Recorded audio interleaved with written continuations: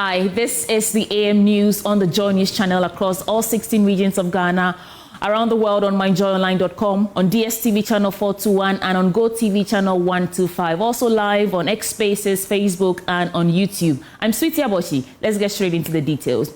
Improper market construction, disregard for safety standards by traders, inadequate equipment for the Ghana National Fire Service, and rural to urban migration have emerged as major causes of market fires in the country. These issues came to light at the JoyNews National Dialogue on Fires, dubbed From Ashes to Action, Breaking the Fire Cycle in Ghana. The live event, broadcast across all JoyNews channels, brought together traders and experts, including Deputy Interior Minister Ebenezer Okulete-Telabi, who proposed actionable solutions such as market reconstruction, retooling firefighters, and fostering attitudinal change to tackle the crisis. Carlos Kaloni has a wrap of the dialogue. The JoyNews National Dialogue, dubbed From Ashes to Action, Breaking the Fire Cycle in Ghana, gathered top experts including traders, insurance professionals, and government officials. A UK-based health and safety professional, Edward Deborah, pointed to inadequate emergency systems as the root cause of the nation's fire crisis, questioning the professional qualifications of some firefighters. You would be surprised that some fire servicemen do not even know what it is they are fighting. That leads me to politics. We fix the square pegs in round holes. So when there's even fire, the people who are supposed to fight the fire don't have the requisite knowledge to be able to do it. The Greater Accra Fire Commander, ACFO2, Rashid Kwame Nisawo, disagrees, insisting the real problem is improper market construction and limited access during emergencies. The firemen don't have requisite knowledge to deal with fires. I think that is not true. To say that we don't have the requisite knowledge to deal with the Ghana fires in Ghana is not true. He said he's a farmer. I don't know which course he was, but the truth is that the men are trained.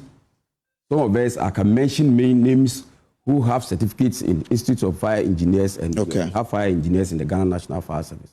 That is a fact. So please, if I know it's not everybody who is a fire engineer in the Ghana National Fire Service, but at least the training, we have gotten the training, and that I want to put that on record. Resetting Ghana, I think I will humbly suggest that all markets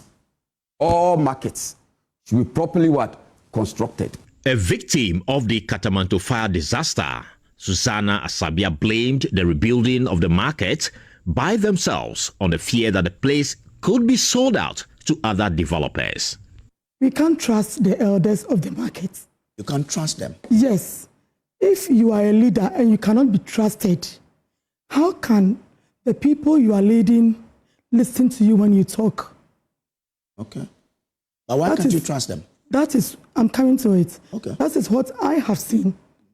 Because if you are a leader and we've got a disaster like this one, and people who love our country, elders who think about the traders, women and children and men have come to donate some huge amount for you people to help the traders.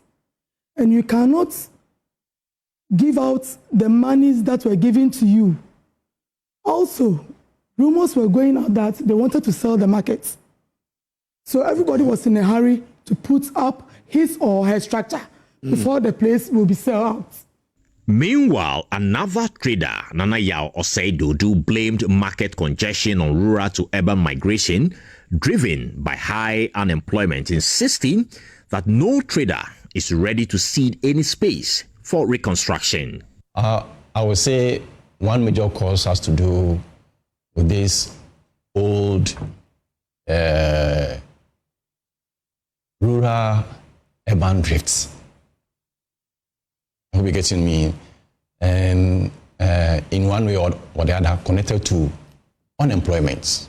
The managing director of Bedrock Insurance insists that rebuilding Katamanto and other markets should have been coordinated and well structured. But for Edward Deborah, a lasting solution requires attitudinal change. Our challenge has always been enforceability, because you will find somebody who will be willing to bend to make sure that somebody gets things done without going through the right processes. The Deputy Interior Minister, Emmanuel Oklete-Telabi, however, proposes the following solutions to the challenge. How are the markets relating to the police, the fire service, and all those who matter, insofar as our safety is concerned? How are they relating to each other? Now, the other thing too is that we are talking about poor waste management. Now, the marketplace is our office. We want to do everything there, including even sleeping. In the market, people cook. How are we going to go about this? Can't we have, and even that attitude must change, because if we say, okay, open the market at 6 and close at 6 a.m. and close at 6 p.m., in between, people can, cook. And in the process, if the market is going to be closed at 6, Ghanaians, you know how our attitude towards time. You wait. When it is 6:30, that is when somebody would want to cook. Ghanaians are, however, hopeful that the proposed solutions from the national dialogue, including market rebuilding, retooling the Ghana National Fire Service, and training personnel for market safety, will help curb the high rate of market fires. Carlos Kaloni, JoyNews. Government-backed National Surgical, Obstetric and Anesthesia Plan Technical Committee has raised concerns about the shortage of surgical professionals in the country. Currently, 70% of required surgeries are not performed due to shortage of trained personnel and infrastructure. As part of efforts to address this, the NSO Technical Committee, inaugurated by Health Minister Kwabena Mintah-Kando, has outlined plans to invest $502.6 million over the next 5 years. There's more in this report.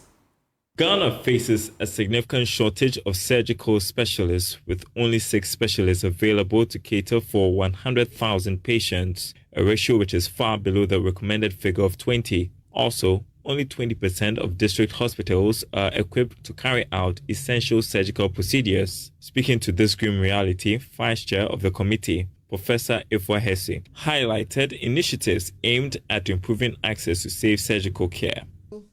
The baseline, as we estimated, we have currently only 6 SOTA physicians per 100,000 population. And we need to get to 12 by year 5. We estimate that the proportion of patients who just can travel within 2 hours to a facility is just 30. We are aiming at getting to 80 by year 5. We are looking at proportion of death and hoping to reduce it from 0.65 to 0.1. We're looking at the number of surgical procedures performed in one operating theater per 100,000 of population per year. And we're hoping to increase it from 869 to 3,000. Professor Hesse indicated that about $500 million will be required for the successful implementation of the plan. Well, we estimate the whole cost is going to be about $500 million US. But it's not as if we're having to start from scratch. There's already a lot of work going on in terms of the various policies that the Ministry of Health already has for healthcare. But the importance is to bring in the surgical aspect, which is lacking, which is not as strong as it could be, into those plans. So that is what we'll be looking at doing. So we may not need all of it. Some of it is already in the system, and we may have to look for other sources of funding. Health Minister Kwabena Mintah-Kando reaffirmed government's commitment to improving healthcare. He disclosed that government will, in the coming months, approve the proposal for a 20% salary increment for health workers who accept postings to rural communities. It is our determination that we are going to roll out certain incentive packages. For example, we are going to look at increasing the salaries of people who are self-posting to underserved communities by 20% of their basic salary. So that is something we are determined to do. I mean, very soon we'll start the discussion. The committee will focus on 6 key areas: improving infrastructure, service delivery, workforce development, financial sustainability, information management and research, as well as leadership and management. Reporting for JoyNews, Collins Frimpong. School farms are making a comeback as government prepares to launch the Feed Ghana project, an initiative to boost local food production and cut reliance on imports. Already existing farmers and industry are expected to play a key role. Now, Agriculture Minister Eric Opoku says the project will drive self-sufficiency and transform the sector. My colleague Michael Ashali has more in this report. Ghana's growing dependence on food imports is costing the economy dearly. Over $2.6 billion in 2022 alone was spent on rice, poultry and cooking oil. With major suppliers from Brazil and the Netherlands, the country is becoming increasingly reliant on foreign markets. But Agric Minister Eric Opoku says the real issue is not demand, it is the lack of investment in local production. Although blessed with abundant agricultural resources, Ghana has struggled with food production inefficiencies, lack of infrastructure, limited access to essential inputs, and weak integration within the agricultural value chain. Now, government is betting on a bold solution, the Feed Ghana project. The initiative will ramp up local cultivation of key crops like vegetables, grains, and legumes, aiming to slash imports and stabilize food prices. Under this, we are going to launch the Farmers Service Centers.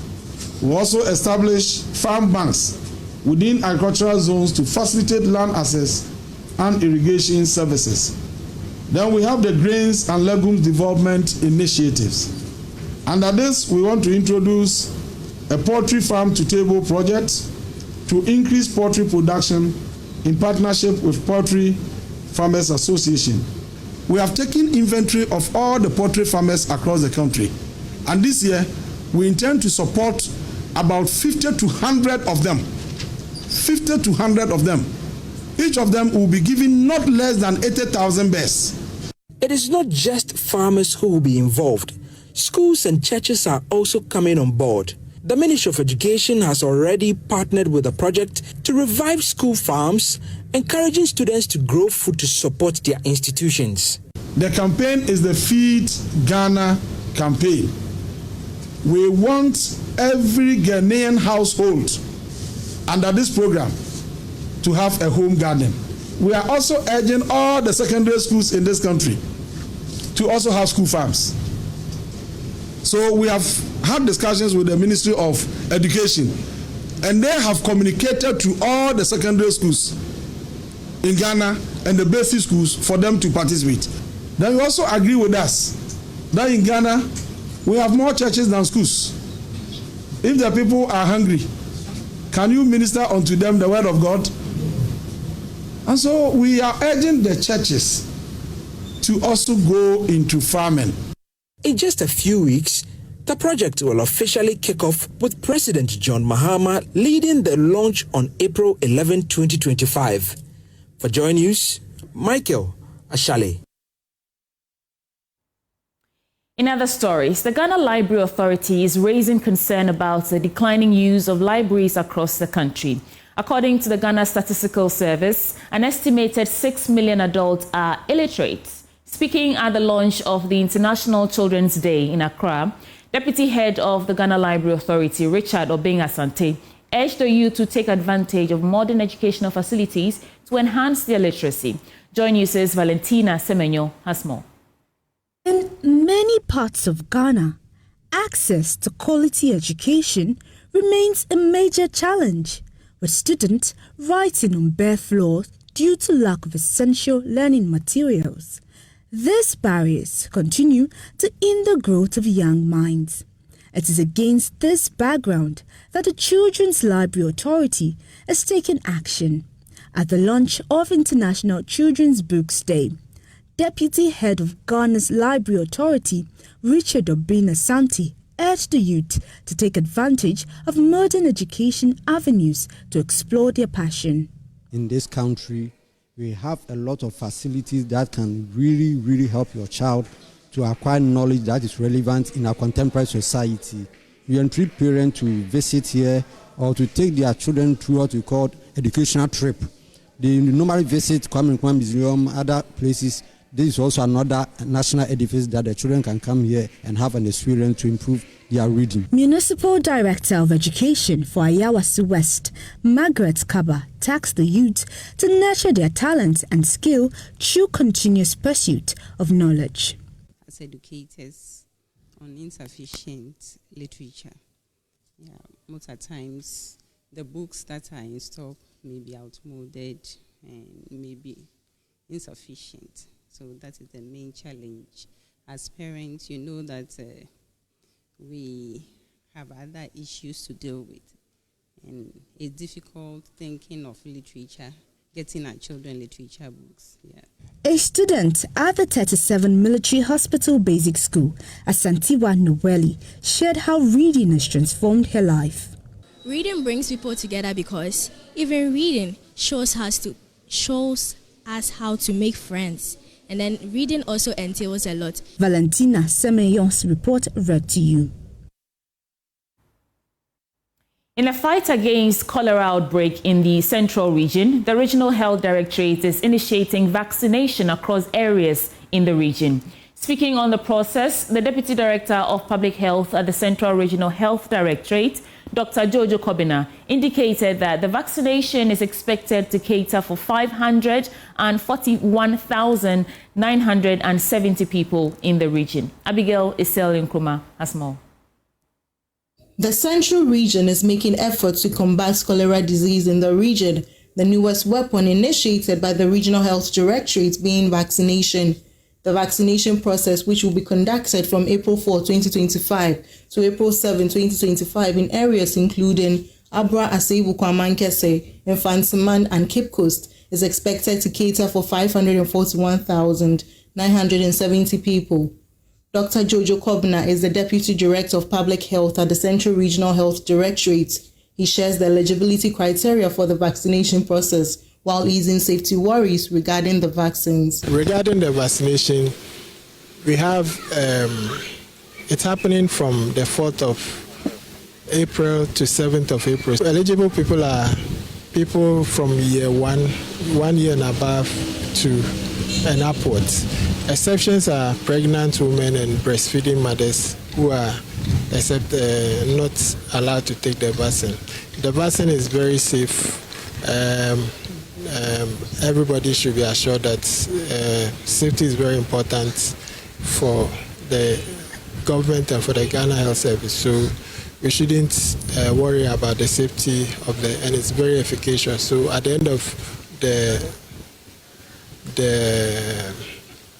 campaign, we expect to have vaccinated 541,970 people to ensure that we have stop transmission and hopefully will bring a closure to cholera transmission in the Central Region. The immunization focal person of the WHO country office in Ghana, Fred Osei-Sapong, is commending the Central Regional Health leadership, adding that the presence of the vaccines is fortunate. Let me commend the leadership of the Central Regional team for what they've done so far.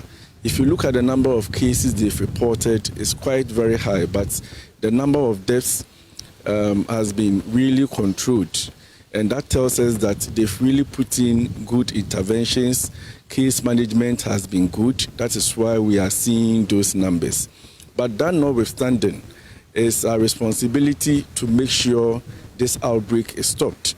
So yes, we are working to improve on sanitation.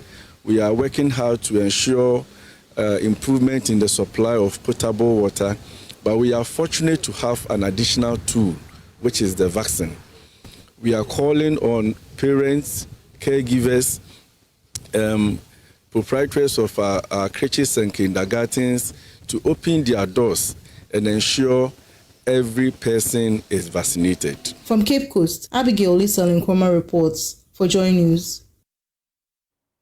Dr. Wolanyo Kojo-Siabi, former CEO of the Community Water and Sanitation Agency, has warned that Ghana is losing the fight to protect its fresh water from pollution caused by illegal mining. He emphasized that the Water Resources Commission, which is responsible for safeguarding the country's water, is struggling due to its small staff of just 58 nationwide. Speaking at the launch of the Black Volta Watershed Investment Program, Dr. Wolanyo urged the government to increase staffing as the WRC to better fulfill its mandate. Rafiq Salam tells us more in this report. The former Chief Executive Officer of the Community Water and Sanitation Agency, Dr. Wolanyo Kojo-Siabi, churned out global statistics of fresh water, juxtaposing it with that of Africa and Ghana. The world has 42.8 trillion cubic meters of fresh water. 42.8 trillion cubic meters of fresh water. Brazil alone has the highest of 13.2% of this total, and this amounts to about 5.65 trillion cubic meters. In Africa, DR Congo is the first, but 11th in the world, and has 2.1% of the 42.8 trillion, and that amounts to about 0.9 trillion cubic meters. And the per capita of freshwater resources in DR Congo is about 48,052. Compared to Ghana, we have about 54.4 billion cubic meters of fresh water, and per capita about 1,580. Turning to DR Congo, Dr. Wolanyo disclosed that the 0.93 trillion of fresh water in the country can create hydroelectricity to power the whole of Africa, including its industries and communities. Let's get into our business update now. Benjamin Akapo is standing by. Let's get into our stories now. And about 70% of businesses in Ghana accrue less than 10,000 cedis annually. That's according to the 2024 Integrated Business Establishment Survey released by the Ghana Statistical Service. The report also showed that 37.2% of establishments in Ghana use digital financial services. Here is government statistician Professor Samuel Kobina Inim. From the formal sector and from the informal sector perspective, Chairperson, here we are worried about two things. We are concerned about two things. One is having a lot more firms in the informal sector, and two is having a lot more firms that are very new, less than 10 years. The first part of the concern is that we still have about 71% of firms that are 50 years and older and are still in the informal sector. One was expecting that once firms stay longer, the likelihood of finding them, the likelihood of making sure that they keep records for their own growth will be pretty much easier than newer firms. But we still have firms which are 50 years and older, specifically 71% of them, which are still in the informal sector. And this definitely calls for reflections on how we intervene to support our businesses. Now, the Commissioner General of the Ghana Revenue Authority, Anthony Sapong, has assured of re-strategizing to ensure that the revenue target is met despite the repeal of some taxes from the system. Speaking to Joy Business after opening the GRA's management retreat in Akosombo, Mr. Sapong expressed confidence that having the retreat would provide a platform for officers to energize and work to meet the target. To pull back and to re-strategize, to reflect, and to look at all the areas that we need to do to be able to achieve this target.